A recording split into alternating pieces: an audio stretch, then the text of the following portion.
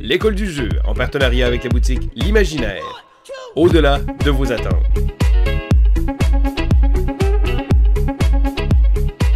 Bonjour mes petites cordes vocales toutes brisées, c'est Vince de l'école du jeu, j'espère que vous allez bien et bienvenue dans cette vidéo présentation express. Vidéo dans laquelle je vous présenterai différents jeux d'entrée de jeu. Ben oui, je fais un jeu de mots avec jeu, d'entrée de jeu. Donc, je vais vous présenter des jeux que vous pourriez présenter à des gens qui veulent en savoir davantage sur le jeu de société, qui veulent essayer quelque chose d'autre que les classiques. Je vais vous faire une présentation qui va durer entre 3 et 5 minutes de chacun de ces jeux-là.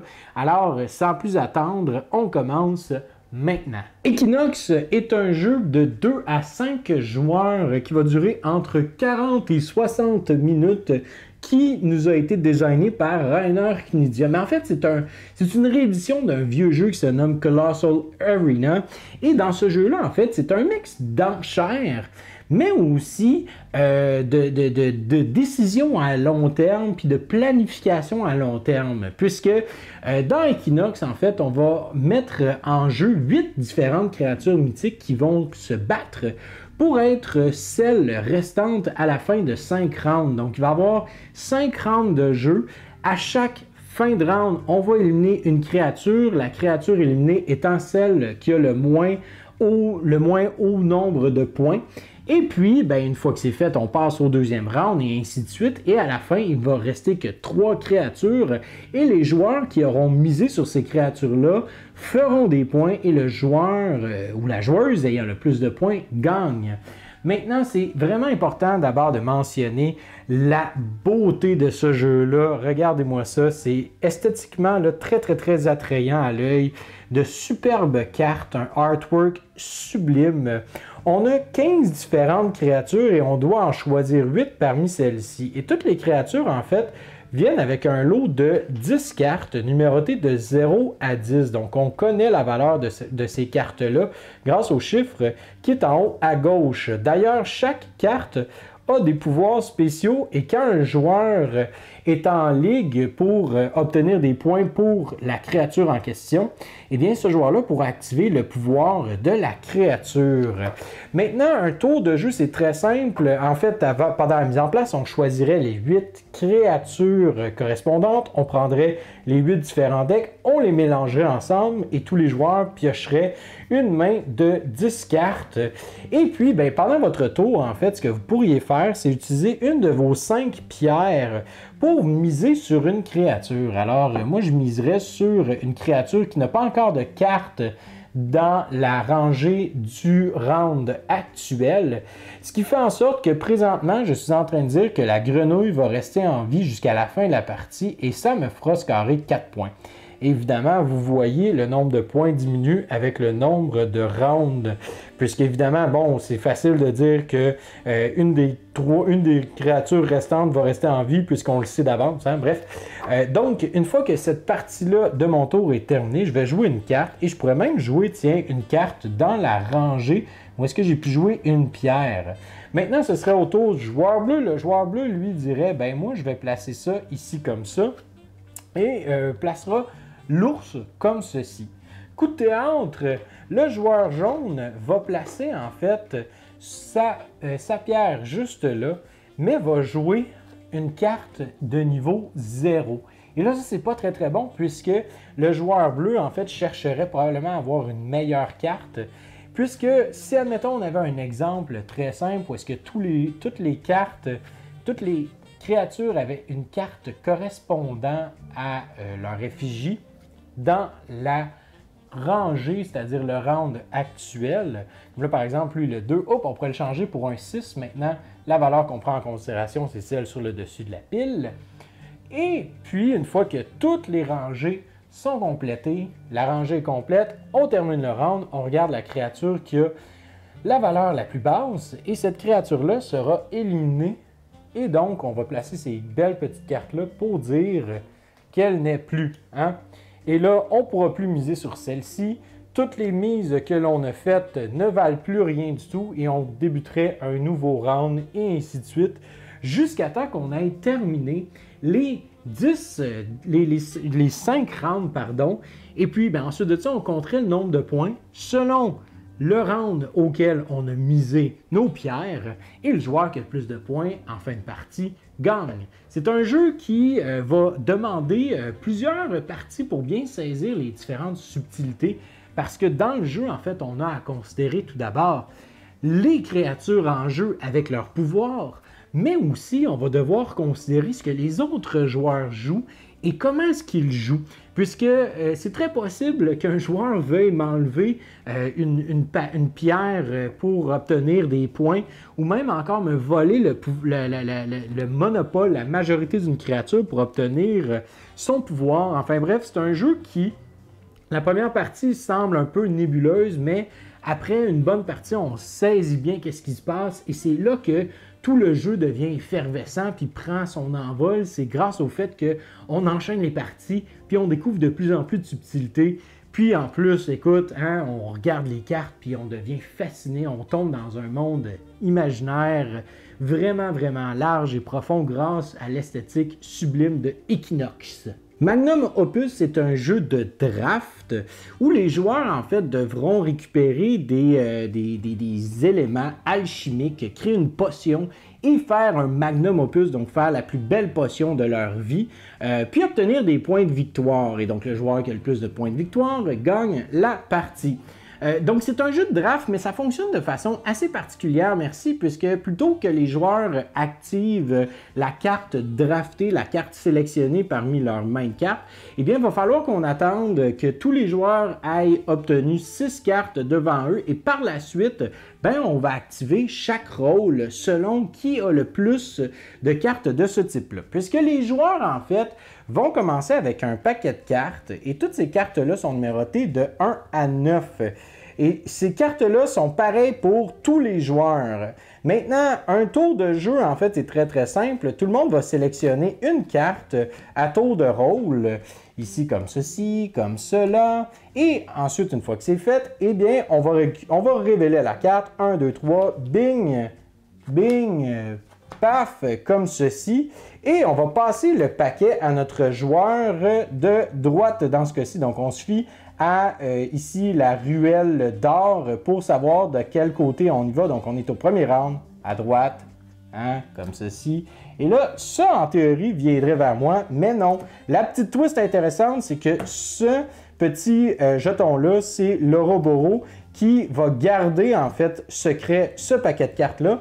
Et moi, ben, je vais récupérer un nouveau paquet de cartes qui sera intact. Et comme j'ai mentionné, le but, c'est d'avoir le plus possible d'exemplaires d'une carte en particulier. Et si j'ai le plus d'exemplaires une fois les 6 tours de jeu faits, eh bien, je pourrais activer cette carte-là. Cette carte-là me permettra soit d'aller acheter des éléments dans sur le plateau de l'horloge astronomique au coût de 3 $, ou encore vers la ruelle d'or au coût de 4 $, mais aussi on a une tonne et quart d'effets qui viendront en fait venir être dérangeants pour les adversaires, comme par exemple, vous pouvez défausser une carte personnalité posée devant un autre joueur. Et là, ça pourrait peut-être me permettre, moi, de récupérer une carte, de récupérer l'effet d'une carte, mais aussi, ben, c'est problématique parce que l'autre joueur, il va m'en vouloir. À la fin de la partie, c'est-à-dire à la fin, une fois que tous les rounds ont été effectués, on va faire des points en fait selon la carte qui est ici, selon l'horloge astronomique. Donc si on a des paires comme ceci, on va faire des points. Mais aussi on va faire des points selon cette belle petite combinaison-là. Donc, dès qu'on a une combinaison de ce style-là, eh bien, on va faire 2 points supplémentaires. Ici, on en fera 1 point. Et sinon, ben, on fait un point de prestige pour tous les composants alchimiques en général. Et puis, ici, on a cette combinaison, comme j'ai dit, plus 2, plus 1. Et le joueur qui a le plus de points gagne la partie. Parce que Magnum Opus, ben, en fait, c'est vraiment un jeu qui est intéressant. C'est un jeu qui va amener beaucoup de tension parce que, justement, on veut voir qu'est-ce que les autres joueurs font, quels sont les éléments qui vont favoriser. Puis aussi, ben, c'est un jeu qui va jouer de façon très très simple, très rapide, très efficace. Puis, ben, c'est tout le temps un petit peu serré, hein? On veut voir, hein? On veut observer qu'est-ce que les autres joueurs font. On veut leur donner des bâtons dans les roues, mais pas nécessairement tout le temps parce qu'on veut éviter de se faire mettre des bâtons dans les roues. Un superbe jeu de draft, vraiment, vraiment intéressant. Magnum Opus. Gagnant de l'Ars d'or, Oriflamme est un petit jeu de cartes pour 3 à 5 joueurs qui va durer environ 20 minutes où le but du jeu, ce sera de faire le plus de points possible. Exactement. Comment est-ce qu'on va faire des points? Eh bien, c'est en appliquant l'effet de différentes cartes ou tout simplement en attendant le plus longtemps possible à révéler une carte et quand on la révèle, eh bien, on obtiendra tous les jetons qui sont sur cette carte-ci. Au début de la partie, les joueurs obtiennent un paquet de 10 cartes et ces 10 cartes-là sont pareilles pour tout le monde. L'affaire, c'est que tous les joueurs vont devoir retirer 3 cartes au hasard de leurs mains. Et ces 3 cartes-là, ben, le joueur le sait évidemment, mais je ne sais pas c'est quoi les cartes que le joueur vert et que le joueur bleu n'ont plus dans leurs mains. Donc, il y a une espèce de petite tension, puis une espèce de déduction, bluff un petit peu dans cet aspect-là. L'autre chose, en fait, c'est que le jeu est super simple, puisque pendant son tour, en fait, on va commencer par le premier joueur, et puis le premier joueur, ben, il va décider de jouer une carte sur la ligne. Donc là, évidemment, c'est une ligne imaginaire. Donc là, moi, je pourrais jouer, par exemple, tiens, l'héritier, je vais le placer ici en plein milieu. S'ensuit, en fait, le tour du joueur vert. Le joueur vert pourra ensuite placer une carte soit à gauche ou à droite. Et puis, ben, cette carte-là pourra s'activer avant ou après la carte rouge, dépendamment de où la lance pointe. Et puis, ben, le joueur bleu, pourquoi pas, il décide de placer sa carte comme ceci. Un tour de jeu est déjà terminé et donc, à tour de rôle, les joueurs vont décider s'ils révèlent leur carte ou non. Donc, le joueur bleu, par exemple, décide de ne pas révéler sa carte. Si un joueur ne révèle pas sa carte, il placera un jeton de point de victoire sur celle-ci, ce qui fera en sorte que quand le joueur bleu révélera sa carte, eh bien, il récupérera tous les points de victoire qui sont sur cette dernière. Le joueur vert décide de ne pas faire la même chose, mais finalement, moi, je décide, ben, pourquoi pas, je révèle la mienne. Et donc, je vais appliquer son effet immédiatement qui indique que s'il n'y a pas d'autres cartes révélées du même nom, c'est-à-dire héritier, je récupère 2 points de victoire que j'ajoute à ma réserve personnelle. S'ensuit maintenant un autre round. Et puis maintenant, ben, on continue. Hein? Par exemple, le joueur vert pourrait décider de la mettre à gauche, à droite ou même par-dessus une de ses cartes. Par contre, le point de victoire qui est sous la carte sera perdu. Même chose pour moi. Je pourrais même décider de cacher une carte déjà jouée pour éviter que l'effet en fait se répète ou encore la mettre à gauche ou à droite. Et on continuera à révéler les cartes et à les activer selon la direction que la lance pointe. Tous les joueurs ont un aide de jeu pour savoir c'est quoi les cartes et qu'est-ce qu'elles font. Et au bout de 6 rounds, il ne va nous rester qu'une seule et unique carte. Et c'est là, en fait, que la partie va se terminer. Et le joueur, comme j'ai dit, qui a le plus de points, gagne. C'est un jeu, en fait, très intéressant au niveau de l'interaction. Comme j'ai dit, il y a une partie de déduction, de bluff. Il y a aussi beaucoup à considérer selon ce que les joueurs font. Pourquoi est-ce qu'un joueur met une carte là? Pourquoi est-ce qu'il décide de couvrir une carte qui a déjà des points? Pourquoi est-ce qu'il décide de garder la carte cachée le plus longtemps possible? Est-ce que c'est pour ramasser le plus de points ou pour attendre de la sortir au moment opportun? Puis ainsi aller briser, en fait, le plan d'un autre joueur. Et les cartes aussi vont interagir les unes avec les autres de façon vraiment particulière. Puis, c'est un jeu qui mérite d'être joué encore et encore pour découvrir toutes ces petites subtilités-là. Et non seulement ça, ça permet aussi tout simplement de varier un peu l'ambiance, l'interaction selon le groupe avec lequel on joue. Puis si à un moment donné, ben, vous êtes tanné, hein, que vous avez fait trop de parties de Oriflamme, eh bien, il y a une extension, hein, ou un stand-alone en fait, puisque ce jeu-là, c'est le même principe sensiblement que Oriflamme, c'est juste qu'on va varier les cartes. Donc, les cartes peuvent être mixées avec le jeu de base ou on peut acheter cette boîte-là seulement à l'extérieur de la boîte, pas besoin de la boîte de base pour jouer à Oriflamme Embrasement. Un superbe jeu vraiment intéressant qui mérite d'être joué encore et encore avec différents groupes, tellement simple qu'on peut montrer ça un peu à monsieur, madame, tout le monde, puis ça va bien se saisir là, après une ou deux parties, mais on a envie d'en refaire une autre, parce qu'on veut gagner.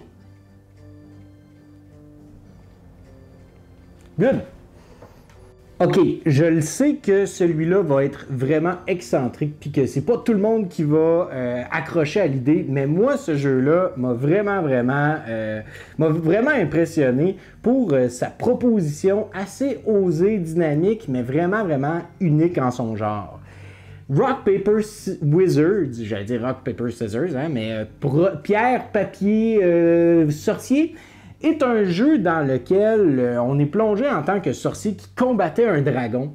Et le dragon est mort, mais malheureusement, l'avarice du dragon s'est propagée dans le cœur des sorciers. Et donc, chaque sorcier veut avoir le plus grand appât du gain possible au détriment de ses compagnons, ses alliés.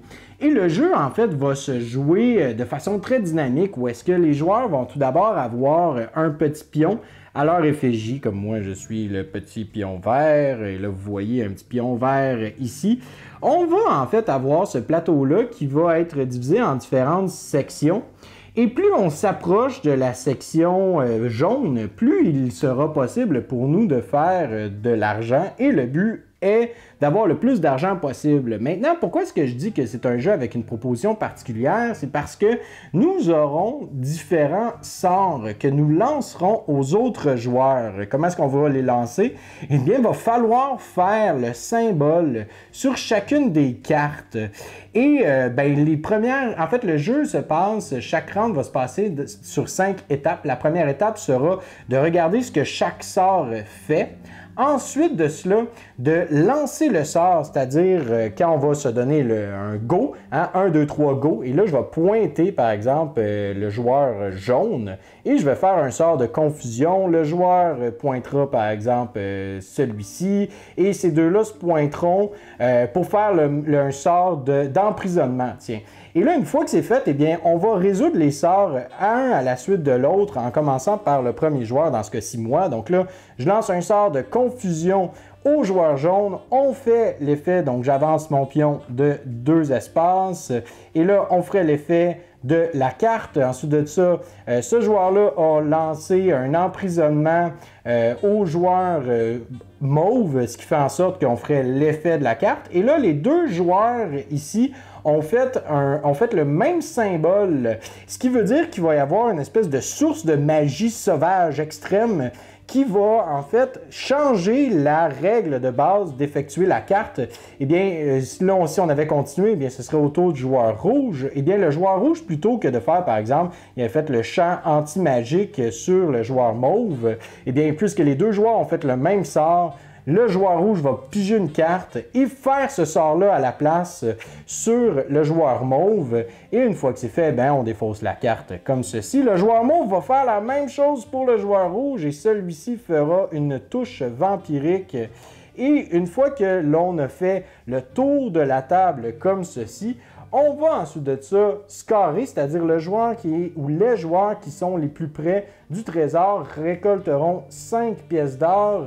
S'il y a une égalité, on récupère 5 pièces d'or. Et le second joueur ou les joueurs seconds étant le plus proche vont récupérer 3 pièces d'or. Et une fois que c'est fait, si admettons j'étais dans la zone jaune, eh bien je recule vers la zone noire. Et si je suis dans la zone bleue, j'avancerai vers la zone noire. Le sort le plus à droite, celui qui est le plus loin du paquet, sera défaussé. On va tasser ces différentes cartes, révéler un nouveau sort. Et finalement, le jeton de premier joueur passera au joueur à la gauche. Et on continue comme ça jusqu'à temps qu'un ou plusieurs joueurs aient 25 pièces d'or. Et puis, le joueur qui a le plus de pièces d'or à ce moment-là gagne la partie. Donc, comme vous voyez, c'est une dynamique vraiment particulière parce qu'il faut considérer les sorts, il faut considérer le symbole. Il faut considérer aussi qu'est-ce que chaque sort fait. Puis surtout, bon, être alerte à qu'est-ce qui se passe autour de la table. On pourrait faire des alliances avec certains sorciers pour éviter de se faire viser. On pourrait viser un joueur qui est sur le point de gagner, puis ainsi éviter que ce joueur-là puisse récupérer la victoire. Mais sinon, c'est aussi un jeu qu'il va falloir qu'on comprenne bien les cartes. Et là, vous dites, ben, il est juste en anglais. Non, il y a une traduction française qui sera faite de ce petit jeu-là. Un superbe jeu dans l'univers de Donjons Dragons qui va vraiment nous immerser dans un univers, dans un jeu de duel, de combat. Bref, c'est explosif, c'est dynamique, mais surtout, ça semble être chaotique, mais c'est vraiment un jeu très dynamique, super le fun. Puis à un moment donné, quand on comprend le principe, ça se montre super bien, ça se joue super bien. Moi, j'aime beaucoup ce petit jeu-là, Rock Paper Wizards. Wow, c'est tellement génial et unique. C'est un plus pour moi dans ma collection. Tournament at Avalon, c'est la suite en fait d'un de mes jeux préférés de tous les temps, Tournament at Camelot. Tournament at Avalon, c'est un jeu pour 3 à 6 joueurs qui va durer 45 minutes. Parfois, ça dépasse un petit peu, je vous cacherai pas. C'est un jeu de trick-taking game, un jeu de levée qui nous lance en fait dans l'univers d'Avalon, de Camelot, d'Arthur, Lancelot, Guenièvre, etc. Et on va en fait faire des mêlées, donc des combats. Et plus les combats vont avancer, plus on va perdre des points de vie. Et la partie se termine lorsqu'un joueur décède, donc perd tous ses points de vie. Et le joueur qui en a le plus gagne la partie. Donc, le jeu de levée, en fait, ça consiste à ce que tous les joueurs récupèrent des cartes d'un paquet commun et ces cartes-là vont avoir un type. Dans le cas de Avalon, ben écoutez, on va avoir 4 types principaux, c'est-à-dire la déception, le sword et finalement sorcery et arrow. On a aussi un type qui est un joker, le type alchemy, évidemment des cartes vraiment spéciales, la mort qui tue, que ça, on veut pas récupérer ça. Parce que oui, en fait, le but c'est de récupérer le moins de cartes possible à la fin d'un round. Donc, un round, en fait, va commencer en distribuant 12 cartes à chaque joueur. Une fois que c'est fait, les joueurs vont sélectionner 3 cartes qu'ils voudront donner aux joueurs, soit à gauche ou à droite, dépendamment de l'orientation de ce petit jeton. Et une fois que c'est fait, ben, on commence à jouer. Donc, un joueur va jouer une carte d'un certain type et chaque joueur devra suivre pour suivre dans ce type-là. Donc là, Merlin a joué un 5. Ici, on a Lancelot du Lac qui jouera un maigre 4. Et finalement, ici, on a Perceval qui pourra jouer un Alchemy qui est le type Joker qui peut se jouer à n'importe quel moment. Et ça, peu importe ce qu'on a dans nos mains. Maintenant, le joueur ayant la carte la plus basse dans ce tour de table prendra toutes les cartes, les placera à côté de lui et à la fin du round, c'est-à-dire à la fin de la mêlée, quand un joueur n'a plus de cartes du tout à jouer dans ses mains, eh bien, on va perdre des points de vie selon le nombre de cartes que l'on a récupérées. Donc, chaque carte nous fait perdre 5 points de vie et s'il y a une tache de sang, une trace de sang, eh bien cette carte-là est empoisonnée, elle nous fera perdre 10 points de vie à la place et surtout si on a des cartes spéciales, comme par exemple Morgane le fait, va nous faire subir 25 points de dommages, donc c'est à considérer pas mal. Mais ce n'est pas nécessairement un désavantage de perdre des points de vie, puisqu'on commence avec 400, et plus on perd des points de vie, plus les dieux viendront nous aider. Parce que si par exemple on prend Lancelot qui avait perdu le plus de points de vie pendant ce round-ci, eh bien Lancelot aura l'opportunité de sélectionner une carte Godsend, et il va pouvoir la jouer immédiatement, faire l'effet, comme par exemple si ça dit immédiatement donner cette carte-là à un adversaire. Donc, il me donnerait ici à Arthur cette carte-là. Donc, moi, malheureusement, je suis prêt avec ça jusqu'à la fin de la partie. C'est vraiment pas très cool, mais c'est pas grave, on va dealer avec. Et plus on avance dans la partie, plus ces cartes-là seront prédominantes et auront vraiment plusieurs effets qui vont dynamiser la partie. Mais non seulement ça, le protagoniste que l'on a en début de partie a un effet. Et lorsqu'on tombe à un certain nombre de points de vie, nous aurons accès à un compagnon qui nous donnera en fait un autre avantage spécial. Donc le but en fait de ce jeu-là, c'est vraiment d'offrir plein de dynamiques plein d'effets spéciaux, de plein de cartes différentes pour dynamiser, rendre le jeu encore plus chaotique. Mais c'est tellement plaisant et c'est tellement agréable à jouer. J'ai joué des soirées complètes qu'on fait juste enchaîner une partie après l'autre, qu'on essaye des pouvoirs de protagonistes différents, qu'on tente de voir c'est quoi les cartes Godsend que l'on n'a pas vues, et ainsi de suite. Donc c'est vraiment un jeu qui mérite d'être joué encore et encore. C'est vraiment une expérience agréable, surtout si vous aimez les jeux de levée.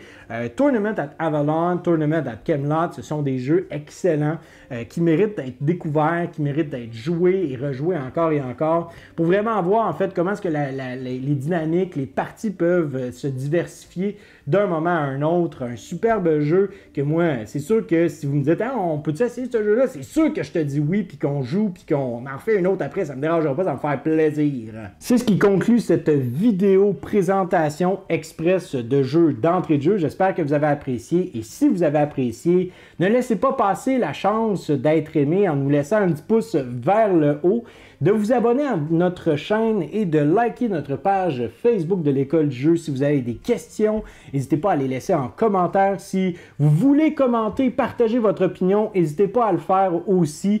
Ce sera grandement apprécié. Et surtout, merci beaucoup de m'avoir écouté et je souhaite à vous et vos amis un bon jouage.